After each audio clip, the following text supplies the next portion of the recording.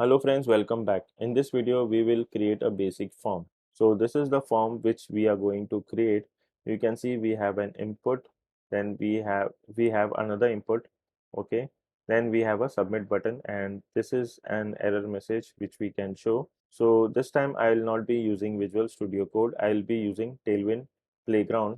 So you need to go to a URL which is play.tailwindcss.com. So here is the interface. You will see an interface like this, okay, and this is the latest version, okay, 3.0.14. As of recording this video, this is the version which I am using, 3.0.14. And even in my Visual Studio Code, if I go to VS Code, this is the CDN which I am using. So if I copy and if I paste it here, so this is the version 3.0.14, which is the latest one. As of recording, this is the version which I am using, okay. So this is the URL for Tailwind, which is play.tailwindcss.com. So you will see this kind of a code, which I'll select all and I'll remove this because we are going to create this form here, okay. So let me start working on this form. So first I'll take a div. Let's close this, and inside this div I'll take a class which is going to be bg-blue-200. And once you save this, then it will auto format.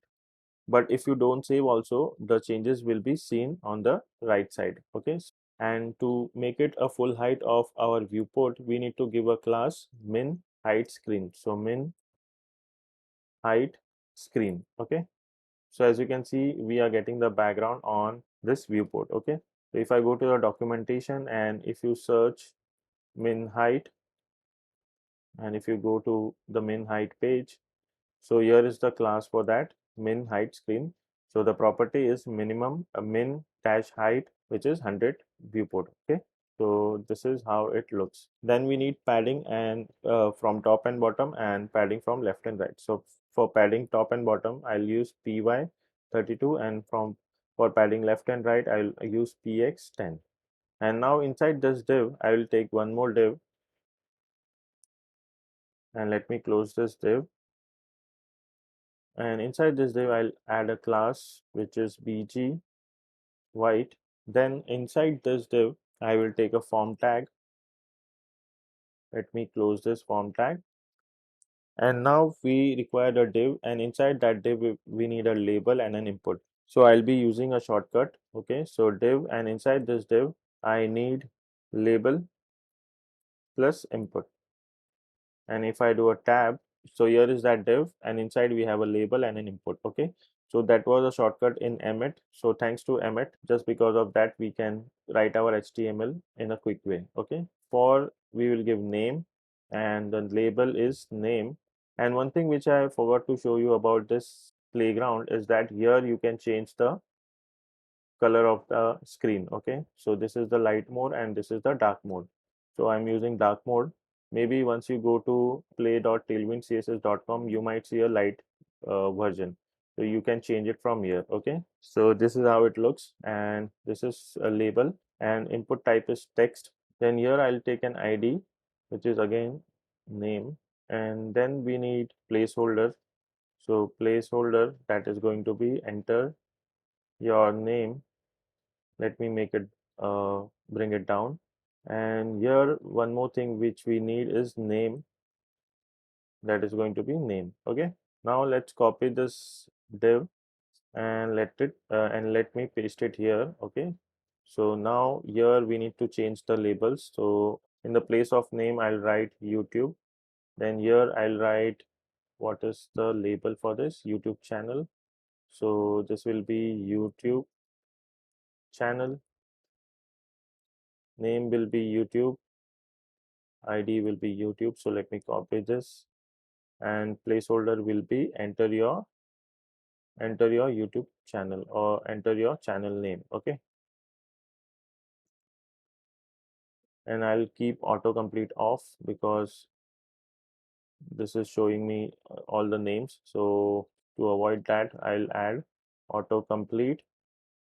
off. Okay, and same thing I'll do it here also. So auto complete, sorry, auto complete off. Okay, so now this is done. Let me make it bigger. Now let's add the button here. So inside this form I will add a button, and inside this, sorry, let me close this, and inside this button I'll write submit. So now we can style this layout. So we have completed the HTML for this, but now styling is remaining. So let's finish this styling. This is the label input, and this is the second div. So let me make some space for this so you will be able to understand. Okay, so this is the closing div for this.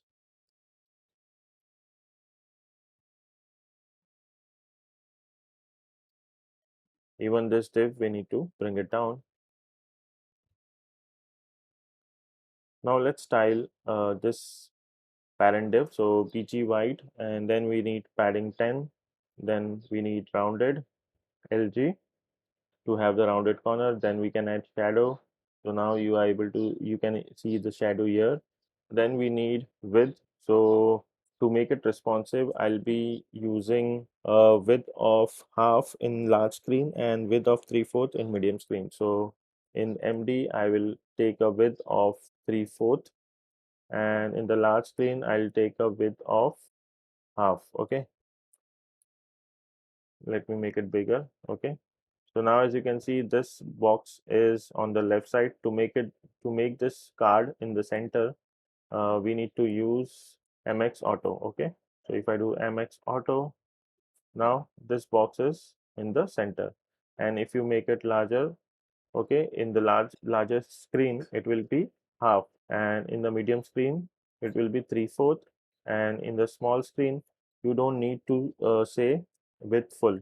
Okay, here you don't require to say with full and for the mobile screen, because this div automatically gets the full width, so no need to specify with full. So I'll remove this. Okay, so in mobile device the width is 100%, and in medium device it is 3/4, and in larger screen it is half. So it becomes a responsive card. Now let's style the label. So here I will add a class that is going to be block. Okay, once I add a block, this will stack on each other. So this is the label and this is the input. Okay, and after this I will add margin bottom 2. So now we are getting the space. You can just see this how it is changing. Okay, font I'll take bold.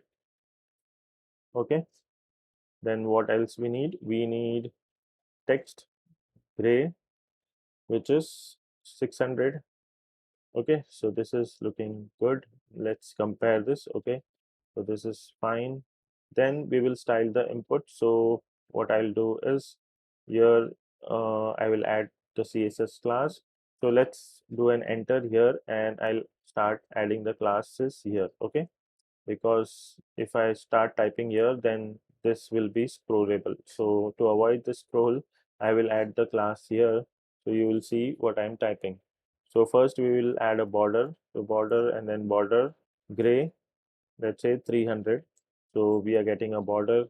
Then we need shadow, so I'll add a shadow, then padding 3.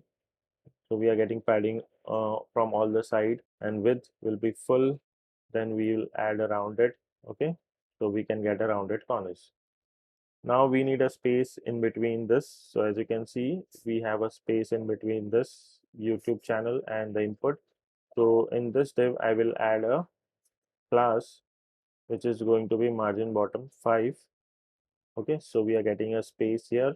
Now we have completed the styling for label and for the input. Now what we'll do is we'll copy the styles from this label to this label. Okay, so just copy this and I'll paste it here, and again this class I'll copy, and after this autocomplete I'll paste it here.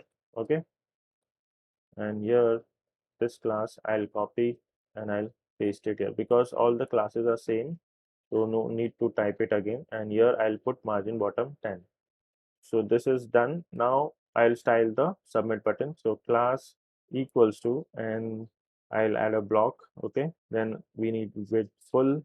Then I'll need BG color. So BG blue, I'll give 500. Then we need padding. So padding, I'll take 4.